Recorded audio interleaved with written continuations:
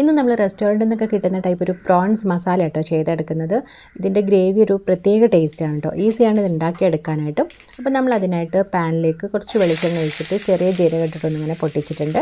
പിന്നെ അതിലേക്ക് നമ്മൾ വലിയ സവാള ആണെങ്കിൽ ഒന്ന്, ചെറുതാണെങ്കിൽ രണ്ടെണ്ണം. ഇത് ഗ്രേവിക്ക് ആവശ്യമായിട്ട് നമ്മളൊരു വലിയൊരു സവാള, അതുപോലെ തന്നെ 5-8 വെളുത്തുള്ളി, ചെറിയ കഷ്ണം ഇഞ്ചി, 2 പച്ചമുളക്, ഇത്രയും ഒന്നിങ്ങനെ ചെറുതായിട്ടൊന്നിങ്ങനെ വഴറ്റുന്നുണ്ട്.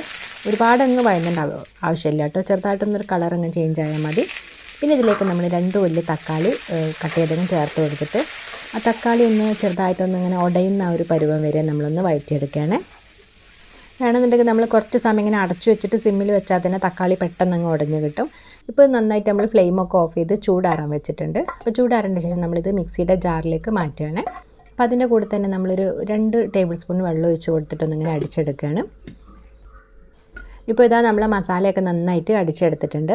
ഇനി നമ്മൾ നേരത്തെ വഴറ്റിയിട്ടുണ്ടായിരുന്ന ആ ഒരു സെയിം പാനിലേക്ക് തന്നെ 2 ടേബിൾ സ്പൂണോളം വെളിച്ചെണ്ണ ഒഴിച്ചിട്ട് നമ്മൾ കുറച്ച് ചെറിയ ജീരകം ഇട്ട് കൊടുക്കുന്നുണ്ട്. എന്നിട്ട് അതിലേക്ക് നമ്മൾ അരച്ച് വെച്ചിട്ടുണ്ടായിരുന്ന മസാല കംപ്ലീറ്റ് ആയിട്ട് ഇട്ട് കൊടുക്കുകയാണ്. എന്നിട്ട് നമ്മൾ വെള്ളമൊന്നും ഒഴിക്കുന്നില്ല ഇപ്പോൾ. എന്നിട്ട് നന്നായിട്ടൊന്ന് വഴറ്റിയെടുക്കുകയാണ്. ഏകദേശം നമ്മൾ 1 മിനിറ്റ് ഒന്നിങ്ങനെ വഴറ്റുന്ന സമയത്ത് അതിലെ വെള്ളമൊക്കെ വറ്റിയിട്ടൊന്ന് ചെറുതായിട്ട് ഡ്രൈ ആയിട്ട് വരുമല്ലോ. ആ സമയത്ത് നമ്മൾ ഫ്ലെയിം കുറച്ച് വെച്ചിട്ട് ഇതിലേക്ക് മസാലപ്പൊടികളൊക്കെ ഇട്ട് കൊടുക്കുകയാണ്. അപ്പോൾ ഞാൻ 2 ടീസ്പൂൺ മുളക് പൊടി, 1/2 ടീസ്പൂൺ മഞ്ഞൾപ്പൊടി, 3 ടീസ്പൂണോളം മല്ലിപ്പൊടി, പിന്നെ കുറച്ച് ഉപ്പ്, ഇത്രയും ചേർത്ത് കൊടുത്ത് ഒരു പൊടിയുടെ പച്ചമണം മാറുന്നവരെ നന്നായിട്ട് വഴറ്റിയെടുക്കുകയാണ്.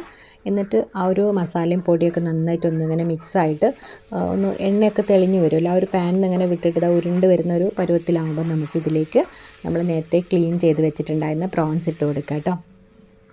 ഞാനിവിടെ കുറച്ച് വലിയ ടൈപ്പ് പ്രോൺസ് ആട്ടോ എടുത്തിട്ടുള്ളത്. അപ്പോൾ അതിൻ്റെ വെയിൻസും എല്ലാം ക്ലീൻ ചെയ്ത് നന്നായിട്ട് കഴുകിയ ഒരു 20 പ്രോൺസ് ഉണ്ടായിരുന്നേ. അപ്പോൾ അത്രയും നമ്മളിതിലേക്ക് ചേർത്ത് കൊടുത്തിട്ട് ആ മസാല നന്നായിട്ടൊന്ന് മിക്സ് ചെയ്ത് കൊടുക്കുകയാണ്. കുറച്ച് സമയം തന്നെ നമ്മളൊന്നിങ്ങനെ വഴറ്റിയെടുക്കണേ. പിന്നെ അതിലേക്ക് നമ്മൾ 1/4 ടീസ്പൂണോളം ഗരം മസാല, പിന്നെ ആ ഒരു മിക്സിയുടെ ജാറിലേക്ക് നമ്മൾ കുറച്ച് വെള്ളം വെച്ചിട്ട് കേട്ടോ.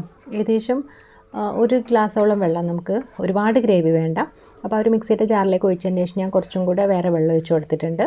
എന്നിട്ട് നമ്മളിതെല്ലാം കൂടെ നന്നായിട്ടൊന്ന് മിക്സ് ചെയ്തെടുക്കുകയാണ്. അപ്പോൾ ഒരുപാട് ലൂസായിട്ട് വേണ്ട, എന്നാൽ ഭയങ്കര തിക്കായിട്ടും അല്ല കേട്ടോ. നമ്മളിത് തിളച്ച് വരുന്ന സമയത്ത് കുറച്ചും കൂടെ കുറുകി വരും.